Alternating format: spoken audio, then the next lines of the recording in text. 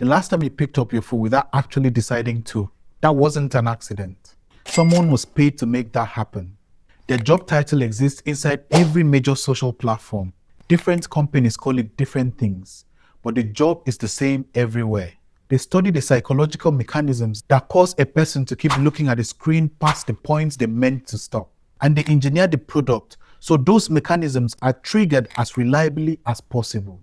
So here's what most people have never been told about every free app that is on their phone. The app makes money by selling your attention. You open the platform holds your attention, your minutes, your focus, and your emotional state while you scroll, and sold to advertisers. The advertisers are the customers. You are just the inventory. Now watch what that does to every design decision. It leads to the scroll that never ends. Every book, every magazine, and every newspaper has a natural stopping point built in. You finish the page, you close the thing. The infinite scroll removes that stopping point, and it's not for your benefit because your stopping costs the platform inventory. The notification that arrives at random times, it's not an accident. Think about a slot machine. You pull the lever. Sometimes you win, sometimes nothing. You never know which pull is going to win. That unpredictability is the mechanism. A reward that arrives on a fixed schedule every Monday or every time you post is easy to plan around. Easy to plan around means easy to resist. But a reward that arrives randomly, sometimes immediately, sometimes after 20 minutes, sometimes not even at all, that produces the most compulsive behavior psychologists have ever measured. Now look at your notifications. Sometimes a message arrives instantly, sometimes an hour later. Sometimes you post and the likes come in a rush. Sometimes they trickle and sometimes nothing. That variability is not a technical limitation. It's the slot machine running inside your pocket, tuned by a team of behavioral scientists. And here's the part that should make you stop. You were mid-sentence in a conversation.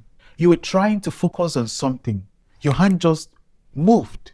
That was not weakness. That was you encountering the output of a professional who was very good at their job. Most people think the cost of their phone is their time. 4 hours a day, 6 hours a day. And yes, that's real. But that's not the expensive part. Think about a swimming pool. You need a certain depth to actually swim. If it's too shallow, you can't swim. You're just crawling along the bottom. Your thinking works the same way. There is a depth of focus required to do anything that actually matters. The business plan, the difficult conversation you've been avoiding, the skill you're trying to build, the creative work that only you can make. That depth takes time to reach. You don't arrive there instantly. You have to descend into it.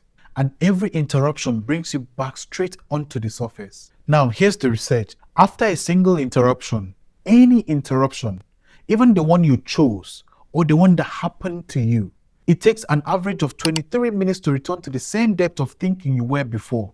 23 minutes for one interruption. That's like trying to boil a kettle and unplugging it every 2 minutes. The water gets warm. It never boils. And warm water does not make tea. If you are checking your phone every 15 minutes, you never reach depth at all, ever. Every goal you have that requires sustained thought is sitting downstream of that capacity. The phone isn't eating your time. It's keeping the pool too shallow to swim in. So, the job title. The formal version at companies like Meta and Google was growth engineer or engagement engineer. The internal shorthand used by people who held the job and later left and wrote about it was attention engineer. One of the people who held that job at Google was Tristan. He left and spent a decade trying to warn people about what they had actually built. His framing was this: a handful of people working in a few offices in San Francisco made decisions about how 2 billion people's minds would work. That is the job title, and that is what it meant. Once you know that a specific person with a specific job description was specifically paid to make you look at the screen past the point you wanted to, you cannot call the pool personal awareness anymore. How many times have you told yourself you need to be more disciplined with your phone, more focused and do better resisting the pull? You set the screen time limits, you turn off some notifications, you tried leaving it in another room, and it kept happening. Every time it happened, you file it away as a personal failing. I want to offer you a different diagnosis. Distraction is not actually a character flaw. Your cognitive capacity has been systematically targeted by one of the most sophisticated engineering efforts in the history of consumer technology. The slot machine inside your pocket was tuned by behavioral scientists who had decades of psychology literature to work from and the explicit goal of keeping you looking. When you reach for your phone mid-thought, open an app without deciding to, when you surface from an hour of scrolling with no memory of choosing to start, that is no weakness. That is you encountering a system that was engineered over the years by professionals to produce exactly that response. Your distraction was not a flaw you developed. It was a feature that was installed. So what do you actually do? It's mechanics. And I got 3 of them to share with you. Number 1, remove the triggers, not the app. Every notification that doesn't require immediate action, turn it off. Most people have never decided to have their notifications on. They just never decided to turn them off as well. That undecided default is costing you the pull. Number 2, create physical distance, not willpower distance. Willpower distance says the phone is on your desk and you try not to look. Physical distance says the phone is not in the room.